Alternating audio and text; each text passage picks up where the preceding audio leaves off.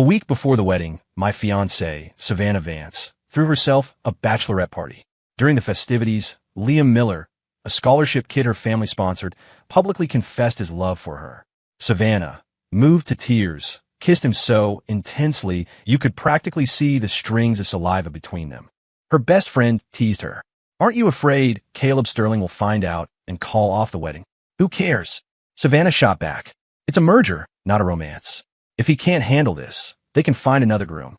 Liam, puffed up with pride, added, "What Savannah and I have is real love. Caleb Sterling is just a name on a marriage certificate." He smirked. "Besides, they haven't even signed the license yet. Right now, he's nobody."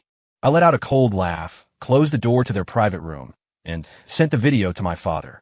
My text was simple. "This is just a business deal. The Vancesse asset is tainted. Find me a new bride. The wedding proceeds as planned." I followed up with another text. "Since Savannah Vance loves a guy with no money, let's make sure she stays poor for the rest of her life." The muffled sounds of their party, filled with jeers at my expense, faded behind the heavy door. I walked back to the room I'd booked with my childhood friend, Ryan Thorne. My face was grim as I messaged my executive assistant. "Notify the project management team. Suspend all upcoming joint ventures with Vance Industries, effective immediately. First thing tomorrow. Contact our banks and cancel all corporate credit lines and transfers to Vance Industries. And leak it to the press. Sterling Enterprises will no longer be conducting any business with the Vance family. Period. Without our capital infusion, Vance Industries would be bankrupt in 3 months." But their bankruptcy wasn't enough. I wanted to make sure that when the Vancesse scrambled for loans to cover the gap, they'd be forced to sign personal liability guarantees. When the company inevitably collapsed, everything they owned would be seized. Savannah wanted a love story with a broke kid? Fine. I'll make sure they were equals. My father quickly replied with a file containing profiles of eligible heiresses in our circle. The invitations were already out. Canceling the wedding now wouldn't just be an embarrassment to the Sterling family. It would damage our reputation. A last-minute bride swap was better than a public fiasco. "You're really going to marry Savannah Vance? Getting cheated on doesn't look good on you, man," Ryan said, sliding his phone across the table. A silent video played on the screen. There were Savannah and Liam Miller, silhouetted against a backdrop of city lights, kissing passionately in front of a floor-to-ceiling window. On Liam's wrist was a luxury watch I'd gotten rid of ages ago. It was a minor piece to me, but its resale value was enough to land him in prison for a few years. "Where did you get this?" I asked, taking the phone and scrolling through. It was Liam's own social media account. I couldn't help but let out a bitter laugh. I was just worrying the video I'd taken wasn't damning enough. I'd had private investigators tailing Savannah since we set the wedding date, but they'd never found concrete proof for me to break the engagement. With what Liam himself had posted, I had more than enough ammunition to publicly humiliate the entire Vance clan. "The kid's a small-time influencer," Ryan explained. "Built a following of a couple 100,000 with his relationship diaries on TikTok." He broke into a loud laugh. "Dude, this is epic. The wedding is in a week, and your fiancé is dragging the Sterling family name through the mud for clicks." I winced, then silently screen-recorded and screenshotted everything. The engagement between the Sterlings and the Vancesse had been forced on us. The Vancesse had leveraged an old favor, a debt of gratitude my grandfather felt he owed them. He'd never thought much of their family, and after they showed up with Savannah to demand we make good on some old, half-forgotten promise, he dragged his feet on setting a wedding date for years. 6 months ago, a series of disastrous decisions left Vance Industries on the brink of collapse. After being turned down by every bank and investor in town, they came crawling back, pressuring us to finally hold the wedding in exchange for a bailout. My impression of Savannah Vance could be summed up in 3 words: shallow, arrogant, and stupid. And she was right. It was just a business deal. So why should I tolerate a fool as my wife? After saving all the evidence of her affair with Liam, I handed the phone back to Ryan. "The wedding date stands," I said coolly, "but the bride won't be Savannah Vance." Ryan blinked. "You already have someone else in mind?" "Not yet. You'll see who it is on the day of the wedding." I glanced at my watch. "I'm heading to Sterling Capital tomorrow morning.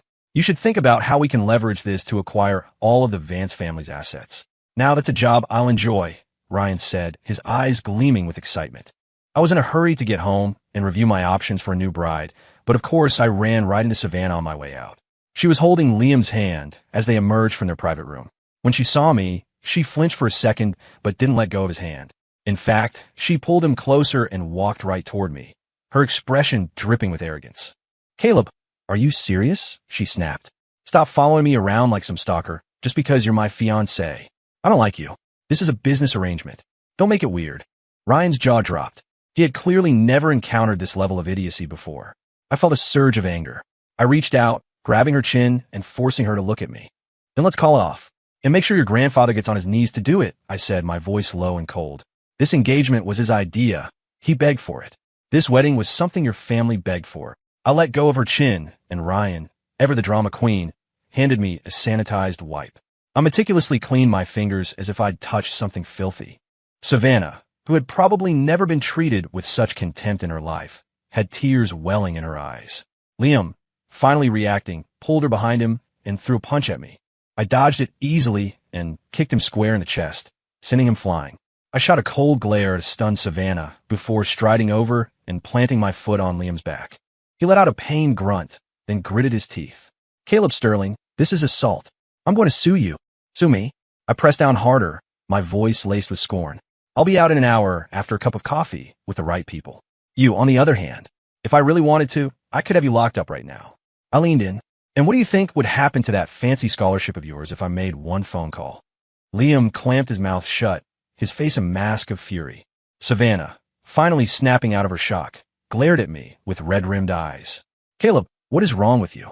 I had too much to drink, and he was just helping me. For the sake of our family's long relationship, you don't have to pay for his medical bills. Just apologize to him. I laughed a harsh, humorless sound and ground my heel into his back. You want me to apologize? What's wrong with that?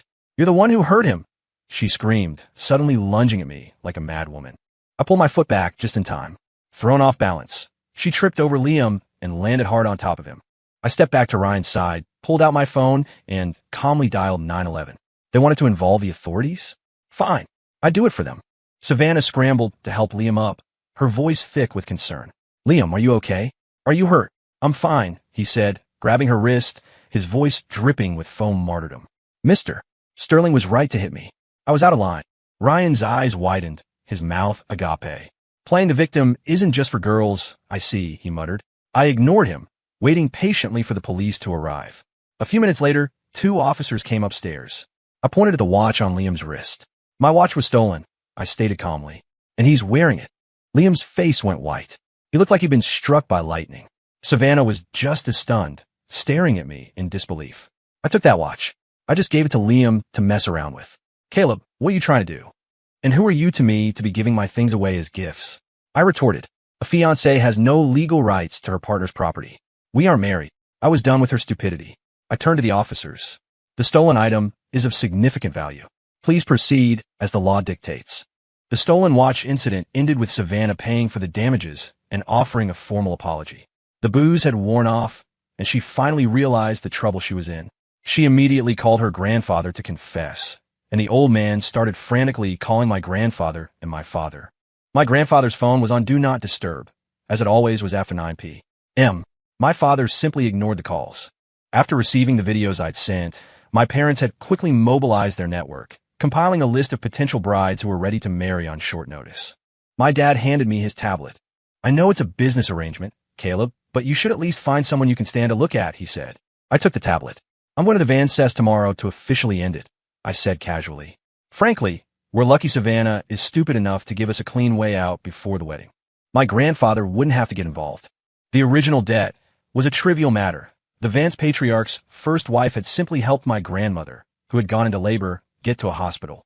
In return, the Vance family received sterling support for decades and leveraged it into a forced marriage alliance. The benefits they'd already reaped had more than repaid that small kindness. Good, my father said, looking relieved. I'll tell your grandfather in the morning. We had to honor our debts, but we couldn't let the Sterling name be dragged through the mud. I scrolled through the profiles of the heiresses and stopped on one page. Eliza Monroe. I was surprised. Why is Eliza Monroe looking for a marriage alliance? Eliza had already taken over her family's entire business empire. She had no need for a strategic marriage. After graduating from college, she didn't join Monroe Global. She started her own tech company, which was now valued at more than her family's entire legacy corporation. There was a saying in our circle, don't be afraid of rich kids who party. Be afraid of the ones who want to prove themselves. Eliza hadn't just proven herself. She had systematically outmaneuvered her 2 brothers and 3 cousins to become the sole heir. The Monroe family wanted to sideline the other heirs, but they were worried the ones who were pushed out would cause trouble. A powerful alliance was the solution, my father explained, sipping his tea. And for what I hear, it was Eliza's idea. I looked down at her picture, my finger tracing the outline of her face. A smile crept onto my lips. She's the one, I said. I'll contact her myself tomorrow. As fellow heirs, we both understood that this was about mutual benefit. Feelings could be cultivated after the wedding, and if they couldn't, it didn't matter. You couldn't have it all in a marriage alliance. The next morning, I told my grandfather about my decision to break the engagement. He mulled it over for a moment, then simply packed a bag and had his assistant drive him to the airport for an impromptu vacation. I had my driver prepare the car and went to the Vance estate alone. Savannah's face was a mask of hatred. She looked like she wanted to tear me limb from limb. Her parents, Arthur and his wife, looked me up and down with condescending smirks, as if I were some unruly child. I didn't recognize the other relatives gathered there. Old man Vance, the patriarch, immediately adopted a scolding tone. Caleb, I heard you and Savannah had a little disagreement last night. You're about to get married. You should just talk things through. Arthur Vance put on his father-in-law airs. Caleb, Savannah is a few years younger than you. She just liked to have fun. Nothing happened with Liam. He's a scholarship student we've sponsored for years. He's always seen Savannah as a big sister. With her father and grandfather backing her up, Savannah's arrogance returned in full force. You don't have to explain anything to him. We could just find another family to align with. It's not like he's my husband yet, telling me who I can and can't be friends with. I don't need him. As she ranted, the smile I was trying to suppress finally broke free. She was truly a world-class idiot. This wasn't a disagreement. Your precious granddaughter cheated on me, I stated flatly. I'm here today to end the engagement, not to listen to your excuses. Your family has 6 days to find the capital to save yourselves. My wedding date remains the same. I'm just changing the bride. I took out my phone and used AirPlay to cast the videos of Liam and Savannah's various romantic encounters onto the large smart TV in their living room. Old man Vance's face turned black. The color drained from Savannah's cheeks. Arthur and his wife looked mortified, while the other relatives watched Savannah with undisguised schadenfreude. I didn't care about their feelings. Every contract our family signed was contingent on this marriage. Miss Vance can continue to play all she wants, but I'm done playing along. The shock was too much for the old man. His face flushed, he clutched his chest, and collapsed. The living room erupted in chaos. I stood up and calmly took my leave. Once in the car, I called Eliza Monroe and we agreed on a place to meet. Just as I hung up, Ryan called, his laughter dripping with malice. Dude, Savannah's boy toy just posted another update. If you don't break this engagement soon, you're going to be the biggest joke in New York. It's done, I said, leaning back against the leather seat and watching the manicured gardens of the Vance estate recede. Get the funds ready and let the Vances know we're pulling out. The Vance estate was a beautiful, classic property. You've always wanted an old-world garden estate, right? This might be your chance. And make a call to the bank. Tell them to call in Vance Industries Loans. Now, Ryan chuckled and hung up. Vance Industries didn't have the capital to withdraw from their new, over-leveraged projects. The longer this dragged on, the deeper they'd sink until the entire company was pulled under. Sterling Enterprises had poured hundreds of millions of real dollars into this deal out of a sense of obligation, and all Savannah could do was act like I was lucky to have her. She had it coming. When I arrived at the cafe, Eliza was already there, sitting in a booth with a latte. Her custom laptop was open to a screen displaying a real-time analysis of Monroe Global stock performance. I glanced at it briefly before sitting down across from her. Am I late? I asked. Not at all. I was just scouting a new retail location nearby. Eliza raised an eyebrow, a playful smile on her lips. We've met before, Caleb. No need to be so formal. You know my family situation. If you're good with this, I can have my lawyer meet us at your headquarters to hash out the agreement. No objections. Let's go now. Her straightforwardness took me by surprise. But then I remembered.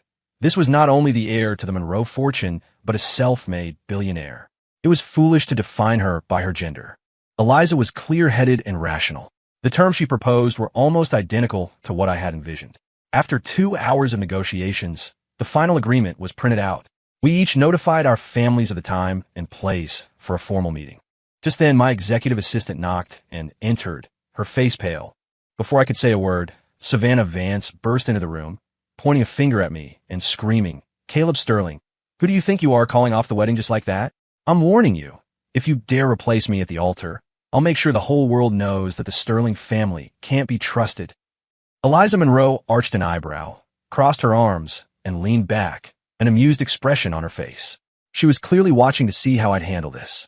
The message was clear. If you can't manage your ex, our deal is off. Security, I snapped, my brow furrowing in annoyance. Who let this person up here? I fixed my gaze on Savannah. If you walk out of here right now, I might, for your grandfather's sake, show you a shred of decency. Suddenly, Savannah pulled out her phone and aimed the camera at me, apparently starting a live stream. Everyone knows we're about to get married. How can you just call it off? What am I supposed to do? Instinctively, I grabbed her wrist, twisted her arm behind her back, and slammed her down onto the small conference table in the VIP lounge. She let out a pained shriek and started screaming again. Caleb Sterling, let me go. I'll report you for assault. I took her phone, making sure my face wasn't in the frame, and quickly ended the broadcast. Eliza's face broke into a genuinely interested smile, her eyes full of amusement. To be honest, I had never been so humiliated in my life. My personal bodyguard arrived before corporate security. Get her under control, I ordered. Savannah's eyes were wild with rage as she struggled. Caleb Sterling, you wouldn't dare treat me like this. You can forget about me ever marrying you. Don't worry, I wouldn't marry you if you were the last woman on earth. I have an allergy to stupidity, I retorted. I found her father's number in my contacts and called him, putting it on speaker. Mr. Vance, your daughter is causing a scene at Sterling Enterprises. I'm suffering from severe emotional distress and am considering buying a trending topic on Twitter to vent my frustration. I'm so sorry, Mr. Sterling, so sorry. I'll be right there to get her. Arthur Vance's voice was utterly servile. It had only been a few hours, but he'd clearly gotten the news about us pulling all our funding. Savannah looked like she'd been struck by lightning. For the first time, a flicker of genuine fear appeared in her eyes. I raised an eyebrow, a mocking smile on my lips. Your grandfather begged for this engagement. I told you I'd make your family beg to get out of it. Coming to your house in person was a courtesy. But you, with your inflated ego, seemed to think you were some goddess everyone would fall in love with. I returned to my seat next to Eliza and waved a hand, signaling the bodyguards to take Savannah to the adjacent reception room. The Vance family was in turmoil. If they wanted to shut me up, it was going to cost them. Once the room was quiet again, Eliza's lips curved into a playful smile. Mr. Sterling, your taste is interesting. The engagement was forced on us, I said, feeling my face flush. I wished a hole would open in the floor and swallow me. The original agreement was for my father's generation, but neither family had a daughter at the time. The Vances are definitely a piece of work, Eliza said, her tone shifting to one of approval. But it seems your judgment is sound. I hope we have a successful partnership. Let's notify our families. The dowry and bride price are things they need to discuss. What we decide on our own doesn't count. Eliza laughed, a bright, clear sound. Caleb Sterling, have you ever even had a girlfriend? My family is rather traditional. I mumbled, feeling my face burn again. And dating was never a priority. After arranging for our families to meet at an exclusive private restaurant, we waited for Arthur Vance to arrive. To show his sincerity, he brought a deed for a piece of land, one of the Vances' last prime assets. I accepted it without hesitation. After sending Savannah and her father on their way, I saw it was nearly dinner time. Eliza and I decided to head to the restaurant to wait for our families. Our parents were acquainted, though not close. Eliza's grandfather was a true character, wise, sharp, and not a trace of chauvinism. He had been Eliza's biggest champion when she took over the company, pushing back against the entire family. He read over our prenuptial agreement and added a single clause. Any future children, regardless of gender, would receive 5% of the shares from both family empires. Neither set of parents objected. They signed without a fuss. After dinner, as we were leaving, Eliza glanced at her watch. Do you have your ID on you? It's still early. We might as well go get the marriage license while we're out. After getting our marriage license, Eliza and I went back to Sterling headquarters to discuss the wedding details. A merger between our families was a major event. Eliza was not Savannah, and I was determined to give her the respect and grand ceremony she deserved. This is the new wedding plan. The venue is the Sterling family's estate in Westchester. See if you have any issues with it, I said, pushing the portfolio across the table. A custom gown is out of the question on this timeline, but I have a connection with the top designer. We can purchase his masterpiece directly, the Dream Queen. It's a one-of-a-kind, globally exclusive piece. I felt a strange sense of anticipation. The wedding with Savannah had been planned for a 6-star hotel, which was hardly a step down. But the family estate was different. We only used it for the most important family events. Eliza smiled and opened the portfolio. The location is perfect, and the design for the ceremony is very creative. She paused, and I love the dress. She pushed the book back to me, looking genuinely pleased. I'm sure it will be a memorable wedding. Of course, I replied, a smile breaking across my own face. And we'll be the best partners in business and in life. That evening after dinner, I dropped her off at her place. My father called. Old man Vance is in a coma. The entire Vance family showed up here demanding compensation. I had security throw them out. They'll probably come looking for you next. Got it. You and Mom get some sleep, I said, hanging up. I immediately called Ryan to check on his progress in securing all of the Vance's real estate assets. They're waiting for the old man to make a decision. If he doesn't wake up, they'll have no choice but to accept my terms, Ryan said, his voice oozing with smug satisfaction. Everyone in our circle knows Savannah cheated on you. Don't you dare go soft on them out of respect for her grandfather.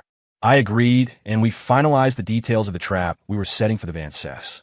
After hanging up, I scrolled through my social media feeds. Savannah's friends were truly terrible people, especially her so-called besties. They were gleefully sharing the story, and she was an absolute fool. When she saw the post with a video of her and Liam's passionate kiss, she actually liked it and commented, "The camera angle could have been better." I closed the app and sent a message to Eliza. "Honey, we need to move up the official announcement of our marriage." She replied almost instantly, "My PR team is on standby. I'll tell them to release the press statement now." I couldn't help but smile. I took a picture of our marriage certificate, both the cover and the inside page, and sent it to my assistant. "Tell our PR department to coordinate with Monroe Global. Release a joint announcement about the marriage alliance." Now, the news of the Sterling Monroe marriage, complete with a photo of a license, sent shockwaves through the business world. Overnight, Vance Industries lost more than half of its partners. The remaining few would surely cancel their contracts after seeing the news tomorrow. The invitations for the joint pre-wedding cocktail party hosted by the Sterling and Monroe families would also be sent out tomorrow. Old man Vance had invited half the city's business elite to the engagement party for me and Savannah. Now, the bride was an Eliza Monroe. Anyone with half a brain knew the Vance family was finished. And so was Savannah Vance. 3 days before the wedding, the gown I'd bought for Eliza was flown in. I immediately arranged for us to go for a fitting. Eliza was beautiful, a strong, poised beauty, not the delicate, fragile kind. In the wedding dress, she was so stunning I couldn't look away. The staff helping her with the train gasped in awe. "My dear," I breathed, my throat suddenly dry as I took her outstretched hand. "You're beautiful." Even though we were legally married, we hadn't moved in together yet. "Caleb, your face is beet red." Eliza laughed, a delighted sparkle in her eyes. "But I like it." I could hear my own heart thumping, completely out of rhythm. The dress needed minor alterations. While Eliza was in the changing room, Savannah burst into the VIP lounge, her eyes red, and started screaming at me. "Caleb Sterling, how could you get a marriage license with her? How could you just replace me? I just played a little game with someone, and you were so cruel you put my grandfather in the hospital and got me grounded for 3 days. My own cousins have been tormenting me because of you, because I don't like being cheated on, and because you're an idiot," I said, my patience wearing thin. I snapped at my bodyguards, "Get her out of here," and from now on, she is not to come within 3 feet of me. Eliza's female bodyguard swiftly stepped between us, blocking Savannah's path. My own guards quickly entered and dragged a screaming Savannah out of the room. Eliza emerged from the dressing room, a smile playing on her lips. "The Vances can't raise any capital. The banks are calling in their loans, and several of their major projects have collapsed. They'll be filing for bankruptcy within a month." She winked. "In a way, I should thank Savannah. Acquiring the Vances core assets will boost Monroe Global's profits by 50% this year. We should both thank her," I said, unable to stop myself from smiling. The Vances had made a catastrophic business decision, and out of respect for my grandfather, I had initially only instructed Ryan to monitor the situation, not to actively sabotage them. But when Savannah so brazenly disrespected my family, I saw no reason to hold back. If the Sterlings could build the Vances up, we could certainly tear them down. And from the sound of it, Eliza had definitely had a hand in the Vances disastrous decision 6 months ago. I liked her even more. 2 days before the wedding, the Sterling and Monroe families hosted a joint cocktail party. Eliza and I arrived in custom-made, matching formal wear, a public confirmation that we were officially married and our families were formally allied. Most of the guests at the party were also invited to our wedding. Ryan, ever the gossip hound, made his rounds before finding me alone. "I discovered something very interesting," he whispered. That night of Savannah's bachelorette party. Do you know why Liam decided to confess his love to her right then and there? I honestly had no idea. Ryan just smirked, holding up his champagne flute in a mock toast. I'll tell you after the wedding. Fine, let him keep his secrets. I wasn't a gossip addict like he was. We chatted for a few minutes before a commotion erupted outside the main ballroom. The voice sounded familiar. Ryan and I exchanged a look and walked over to investigate. Of course, it was Savannah. She didn't have an invitation and couldn't get in. She was screaming at the staff like a shrew. I'm Caleb Sterling's ex-fiancée. Why can't I go in? Savannah, I said, my voice low and firm. You were not invited by my wife or me. She completely lost it, pointing a finger at my nose. My grandfather might never wake up, and it's all your fault. Caleb Sterling, you're a murderer. Her voice was so loud that a crowd began to gather, including Eliza and several other guests, all watching from a safe distance. Seeing she had an audience, Savannah grew even more hysterical. If you hadn't come to our house to break the engagement, my grandfather never would have collapsed. And the only reason I even looked at Liam was because you drove me to it. We were engaged for 5 years, and you never once called me, never took me to a single event. You never showed me any respect. Don't you dare pretend to be the good guy, Caleb Sterling. I ground my back teeth together, an incredulous laugh escaping my lips. Arguing was pointless. Evidence was king. I pulled out my phone, unlocked it, and casually selected a call recording, playing it on speaker. My voice filled the air. The Johnson family's baby shower is tonight. I need you to come with me. Get ready, and I'll send a driver to pick you up. Then Savannah's voice, dripping with disdain. A baby shower? What's the point? It's just a bunch of social climbers. I'm Savannah Vance. I don't go to things like that. You can handle it yourself. Savannah stared at me, her eyes wide with shock. I stopped the recording, a cold smile on my face. Miss Vance, your grandfather forced this engagement on my family. I never liked you, but I never disrespected you. I have plenty more recordings just like this one. Would you like to hear them? Business is about integrity. That's the only reason I went along with the engagement my grandfather pushed on me, despite my dislike for her. In 5 years, I could say with a clear conscience that I had never wronged Savannah Vance. I wasn't some lovesick puppy. Her family had begged for this alliance. Who the hell did she think she was, expecting me to revolve my world around her? My father, with my mother on his arm, walked over. His voice was like steel. From this day forward, no Sterling-owned hotel or property will ever serve any member of the Vance family. My father's declaration was the final severing of ties between the Sterlings and the Vances. Any remaining partners of the Vances would now be scrambling for the exits. With 13 banks calling in their loans, Sterling Enterprises ceasing all cooperation, and investors pulling out, the Vances bankruptcy would accelerate rapidly. On the wedding day, the Sterling estate was filled with guests. The heads of nearly every major company in New York's business world were there to witness my marriage to Eliza Monroe. The Vances were not invited. The ceremony went off without a hitch. Afterward, Eliza and I changed into new outfits to greet our guests. In a custom-tailored cheapao, Eliza possessed a different, captivating kind of beauty. After an afternoon of compliments about what a perfect couple we were, and more than a few glasses of champagne, we were both a little dizzy by the time we returned to our suite. But our spirits were high, and so were our bodies. A night like this was too precious to waste. The next morning, I woke up and looked at Eliza, still sleeping peacefully beside me. I felt a renewed surge of gratitude that she was the one I had married. Just then my phone buzzed. It was Ryan, that bastard, clearly unable to stand seeing me happy. He'd sent a video. In it, Eliza and Liam Miller were sitting in the corner of a coffee shop, deep in conversation. The video was shot from a distance, so I couldn't hear what they were saying. I slipped out of bed and went to my study, then called Ryan. You did this on purpose, didn't you? Not at all, he said with a sly chuckle. I just wanted to let you know your wife had her eye on you for a long time. Why don't you just ask her? A little honesty between husband and wife. He laughed again. You might be surprised. I hung up and replayed the video, my eyes catching the digital clock projected on the coffee shop wall. The date was 8 months ago, the day after Old Man Vance had cornered my grandfather at his birthday party and demanded to know when the wedding for me and Savannah would be held. Remembering Ryan's hint, I couldn't help but smile. What are you looking at that's making you so happy? Eliza appeared at the doorway in her silk pajamas, her face still soft with sleep, exuding a lazy, captivating charm. I'm watching how my brilliant wife engineered a hostile takeover of my engagement, I said, a grin spreading across my face.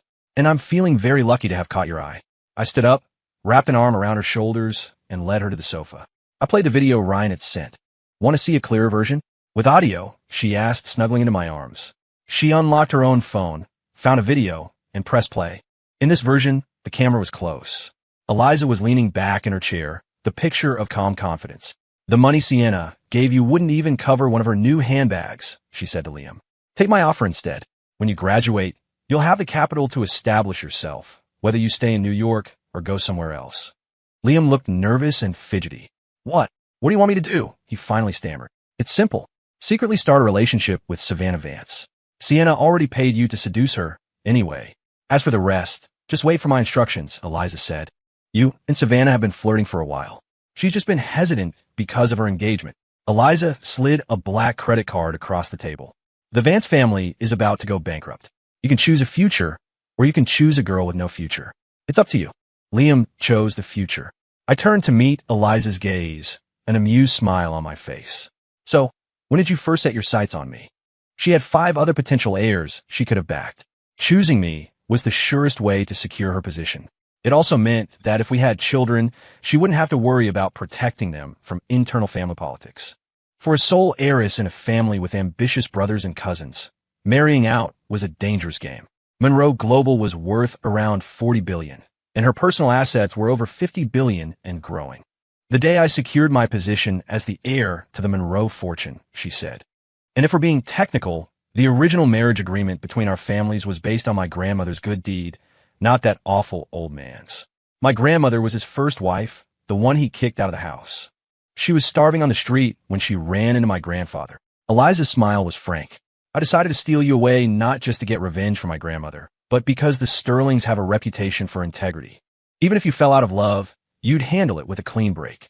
Rather than let my brothers use my marriage as a pawn in their games, I decided to choose for myself. A very good choice, I said, leaning in to hug her, a genuine laugh escaping my lips. You're damn right it was, she whispered back. Our 10-day honeymoon ended, and old man Vance still hadn't woken up. Vance Industries was in total chaos. Employees were polishing their resumes and jumping ship. The talented ones had already found new positions. Sterling Enterprises and Monroe Global hired quite a few of them. I had just finished a meeting about the acquisition of Vance Industries when the Vance family showed up, dragging Savannah with them to apologize. The security guards on the ground floor couldn't stop them, so my assistant had to put them in a reception room. Mr. Sterling, Savannah just made a foolish mistake. For the sake of our family's long friendship, could you please help the Vance family one last time? Arthur Vance's tone was pathetic. He was even more stooped than the last time he'd come to retrieve his daughter. Savannah stood with her head down, her cheeks red and swollen. Before I could speak, Arthur slapped Savannah across the face. Apologize to Mr. Sterling now, he barked. You were engaged, and you were still messing around with someone else. Is that what we taught you? I frowned, annoyed. Mr. Vance, I have no idea what you're talking about. I'm a married man. Please stop bringing up this engagement. I love my wife, and when you upset her, it makes me want to make you even more upset. Seeing that the pity play wasn't working, Arthur started talking about the friendship between our grandfathers. Our families go way back. You don't even have to invest any more money. Just act as a guarantor so the banks will stop calling in our loans. If it weren't for your father shamelessly forcing us to honor that old promise, Vance Industries never would have grown so quickly. I interrupted, my patience gone. My entire family was sick of this so-called alliance and the Van Cess leech-like behavior. When equals merge, it's a marriage. When one is propping up the other, it's charity. If it hadn't been for that cursed engagement, my family never would have provided them with targeted financial aid like we were some government program. I let out a derisive laugh and called my assistant. Escort them out. And from now on, no one from the Vance family is to be allowed upstairs unless it's for official business. If they try to force their way in, call the police. As the Van Cess were herded out of the reception room, they all glared at Savannah as if she were their mortal enemy. And in a way, she was. Their life of luxury was over. To ruin someone's finances is like murdering their parents. The same cousins who had smirked with schadenfreude the day I broke the engagement had since sent me videos of them berating and abusing Savannah, all in a pathetic attempt to appease me. Mr. Sterling, you see we've dealt with Savannah. Can you please help our family one more time? I watched the video and immediately forwarded it to the police. With the Van Cess already in hot water, a visit from the cops was the last thing they needed. The stress was enough to make old man Vance, who had briefly regained consciousness, relapse into a coma. Arthur Vance, at his wit's end, went begging to Ryan. Ryan, who had his eye on the Vance family estate, told him he'd consider it if Arthur used the estate as collateral. Arthur signed without a second thought. I think the Vances can start planning the old man's funeral, Ryan said, laughing on the phone. He schemed his way into the upper class with your family's help, only to have a bunch of kids and grandkids who do nothing but sabotage him. I told him to keep up the good work. Moments after we hung up, the PI I had watching Liam sent me a new video. Liam and Savannah's best friend, Sienna, were secretly living together. He had taken $5 million from my wife, and instead of planning for his future, he was focused on being a kept man. It's hard to go from luxury to simplicity. To maintain his lavish lifestyle, Liam had sold off all the luxury goods Savannah had given him. I anonymously forwarded the video to Savannah, along with a piece of advice. Get a marriage license with Liam. You'll be able to move out of the Vance disaster. Then go to your best friend and demand compensation. Otherwise, you'll leak the evidence that she's a homewrecker. She might be a fool, but even she could see the reality of her situation. Her entire family wanted to kill her, and Liam was trying to dump her. She had no other choice. For once, Savannah's love-addled brain did something smart. She didn't get a marriage license with Liam. She reported him to the police for theft by deception. To avoid a criminal record, Liam returned every penny he had ever taken from her.